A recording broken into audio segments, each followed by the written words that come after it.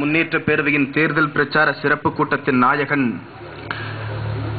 16ஆம் தேதி முடிவுகள் அறிவிக்கப்பட்ட பிறகு பொள்ளாச்சி நாடாளுமன்ற தொகுதியின் நாடாளுமன்ற உறுப்பினர், கொங்குநாடு முன்னேற்ற பேரவையின் தலைவர், மேடையில் நடுநாயகமாக வீற்றிருக்கிற ஐயா திரு பெஸ் ராமசாமி அவர்களே,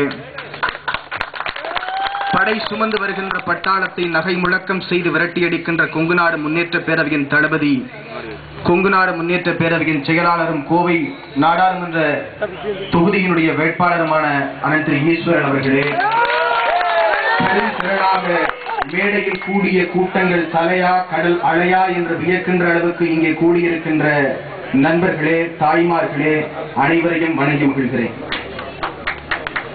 நண்பர்களே, நான் சென்னை லயோலா கல்லூரியிலிருந்து வந்திருக்கிறேன். நான் இந்த பேரவையின் உறுப்பினர் அல்ல. ஆனால் மாவட்டங்கள் தாண்டி இத்தனை 100 கிலோமீட்டர்கள் தாண்டி உங்களிடத்திலே நான் கொங்குநாடு முன்னேற்ற பேரவைக்கு அனைவரும் வாக்களிக்க வேண்டும், உங்கள் வாக்கு சிலிண்டர் சின்னத்திற்கே என்று வாக்கு கேட்டு வந்திருக்கிறேன் என்று சொன்னால், இத்தனை கிலோமீட்டர்கள் தாண்டி என்னை அழைத்து வந்தது எது என்று நான் சிந்தித்து பார்க்கிறேன். வேற ஒன்றுமே கிடையாது. இன்றைக்கு கொள்கை இல்லாதவர்கள் எல்லாம் கூட்டணி அமைத்து கோலாட்டம் ஆடுகிறார்கள். கொள்கை உடைய ஒரே ஒரு இயக்கமாக தந்தன் கன்னியாகுமரி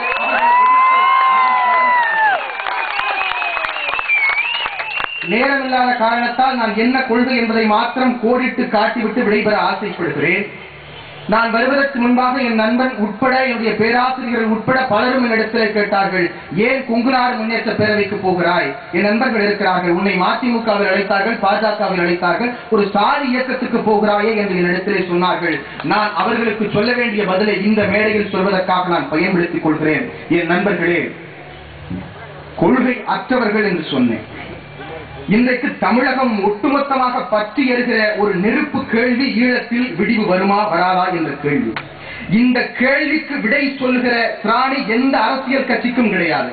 நான் லயோலா கல்லூரியின் சார்பாக கருத்து கணிப்புக்கு சென்றவன். சில நாட்களுக்கு முன்பாக நீங்கள் பத்திரிகையில் பார்த்திருக்கலாம், விடுதலை புலிகள் தீவிரவாதிகளா என்பதல்ல பிரச்சனை, ஈழத்தில் விடிவு எந்த கட்சியால் வரும் என்று மக்களிடத்திலே கேள்வி கேட்ட போது 60% மேலாக பதில் சொன்னவர்கள் எந்த கட்சி வந்தாலும் அந்த பிரச்சனை தீராது என்றுதான் பேசியிருக்கிறார்கள். ஆகவே எந்த கட்சி வந்தாலும் எல்லோரும் அரசியல் நடத்துகிறார்களே தவிர எவனும் தமிழன் உயிருக்காக இங்கே வருத்தப்படுகிறவன் இல்லை. ஆனால் இந்த நேரத்தில் நான் ஒரு கருத்தை பதிவு செய்கிறேன். மே தினத்தில் கோவை வானூசி பூங்காவில் நடைபெற்ற கூட்டத்தில் கொங்குநாடு முன்னேற்ற பேரவை அந்த கருத்தை பதிவு செய்திருக்கிறது. கொங்குநாடு முன்னேற்ற பேரவை நாடாளுமன்றத்தில் நுழைந்தால் எங்கள் குரல் நாடாளுமன்றத்தில் ஒலிக்கின்ற வாய்ப்பை மாற்றினை வழங்கிய மக்கள் எங்களுக்கு அந்த வாய்ப்பை வழங்கினால் எங்கள் குரல் அங்கே ஒழிக்கின்ற போது என்ன வகைகளில் எல்லாம் இந்த அரசை நிர்பந்திக்க முடியுமோ, வெறும் வெற்று பேச்சால் அல்ல, வாய்த்தோடால் அல்ல, கடிதம் அல்ல, அறிக்கைகள் அல்ல, தேசம் ஸ்தம்பித்து போகிற அளவுக்கு தமிழகத்தின் குரலை எட்டச் செய்கின்ற விதத்தில் கொங்கு நாட்டில் நாங்கள் எங்கள் போராட்டத்தை நடத்தி காட்டுவோம், அதற்கான எல்லா நடவடிக்கைகளிலும் ஈடுபடுவோம் என்று சொல்கின்ற விதமாக கொங்குநாடு முன்னேற்ற பேரவை நிர்வாகிகள் அன்றைக்கு வாவுசி பூங்காவிலே வெண்புறாக்களை பறக்கவிட்டு ஈழத்தில் அமைதி தவழட்டும், ஈழத்தில் சமத்துவம் பிறக்கட்டும், ஈழத்தில் ஒரு நாள் விடிவு வரும் என்ற செய்தியை உலகத்துக்கு சொன்னார்கள். ஆகவே எங்களிடத்தில் ஒரு தெளிவான கொள்கை இருக்கிறது. எங்கள் நோக்கம் கொங்கு நாடு, கொங்கு நாட்டை சார்ந்த பகுதிகள், இந்த பகுதியில் வாழ்கிற மக்களின் வாழ்வு வளம் பெற வேண்டும், அவர்களுக்கு இருக்கிற பிரச்சனைகள் தீர வேண்டும், விவசாயம் உள்ளிட்ட அத்தியாவசிய பணிகள் இவர்களுக்கு எல்லா துறைகளிலும் இவர்கள் சிறந்து விளங்க வேண்டும் என்ற கோரிக்கையை வலியுறுத்தி நாங்கள் இன்றைக்கு கலந்தாடுகிறோம். அதுதான் எங்களுடைய அடிப்படையான கொள்கை.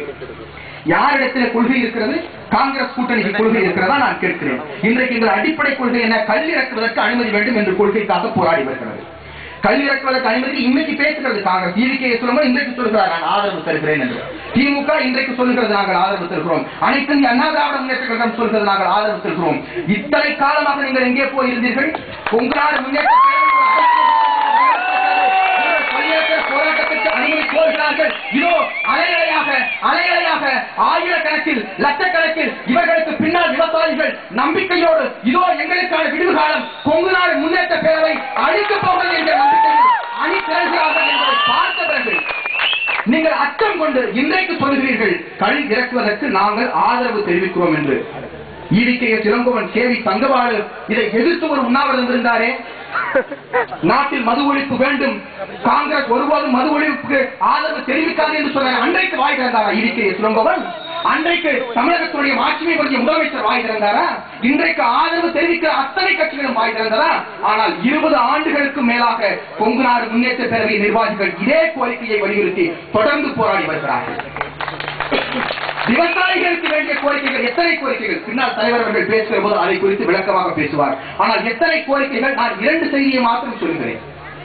நாடாளுமன்றத்துக்கு போனால் எங்களுக்கான அரசியல் எழுச்சி ஏற்படுமானால் எங்கள் குரல் ஒலிக்கிற போது இந்த குரலுக்கு மரியாதை செய்தாக வேண்டும். இல்லை என்றால் நமக்கான அரசியல் நியாயம்